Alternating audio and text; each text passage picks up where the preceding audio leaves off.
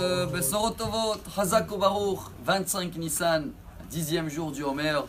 Vous savez qu'en ce moment, en Israël, on va lire une paracha Tazria Metzora, mais dans l'étranger, ils sont une paracha en arrière. On a un petit décalage. Eux, ils vont lire Shemini. Ce qui veut dire, tous ceux-là qui sont en Israël, ils vont lire tous les problèmes, la lèpre, tout ce qui peut arriver sur toutes les choses mauvaises qu'on va sortir de notre bouche. Et dehors d'Israël, ils vont lire l'importance de rentrer dans notre bouche tous les produits cachers, tous les animaux, et les oiseaux et les poissons qu'on a le droit de manger.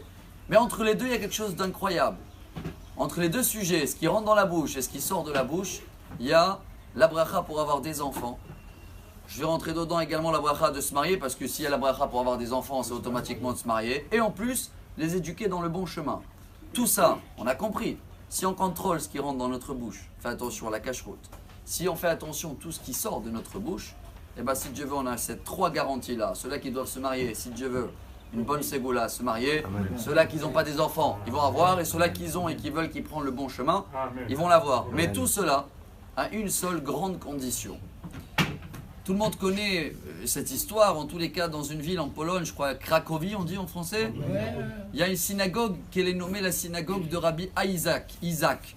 Et c'est l'histoire connue qu'elle raconte ça, il raconte ça Rabbi Simcha Bonim de Pachisra, il y a 200 ans en arrière. La synagogue existe toujours. Et lui, il était très pauvre et il ne savait pas quoi faire, les filles doivent se marier. Et un jour, il rêve que dans la capitale, là-bas, il doit creuser en dessous le pont et il va trouver un trésor qui va changer sa vie, qui va pouvoir offrir une synagogue. Après que le rêve il s'est répété 3 fois, il a pris, je fais l'histoire en bref, il arrive en Cracovie et il voit que sous le pont, il y a toujours des gardiens, il essaye le soir, le lendemain, et un jour quand il commence à creuser, un soldat il l'attrape. « Qu'est-ce que tu fais ici, monsieur? Tu es un juif ?» Il dit « Je vais vous dire la vérité, j'ai rêvé, etc. » Il lui dit « Moi aussi j'ai rêvé qu'on a un juif à Cracovie, il s'appelle Isaac, et sous son four, il y a un trésor, tu crois que je vais aller chercher ?» Il lui a dit « Isaac, Cracovie c'est moi. » Il est retourné chez lui. Il a cassé le four, il a trouvé un trésor, il a marié tous ses enfants, il a offert la synagogue. Mais quel est le message pour nous, chers amis? Je crois que c'est le message de la journée le plus important aujourd'hui. Avant d'aller chercher, creuser chez les autres, il faut creuser chez nous. Il faut casser le four, nous, les caractères mauvais qu'on a, nous. Alors avant de chercher à améliorer la cache-route chez les autres, tu as vu, celui-là, il mange comme ça. Ou avant de parler dans des cours, des fois, il y en a que le rabbin, il parle, et je dis, dommage qu'il n'est pas là, Haïm ou David, c'est pour lui le cours. Non, c'est pour moi le cours. Venez, on creuse et on casse notre four avant de chercher chez les autres. Et dans ce cas-là, on va trouver que des trésors dans notre vie.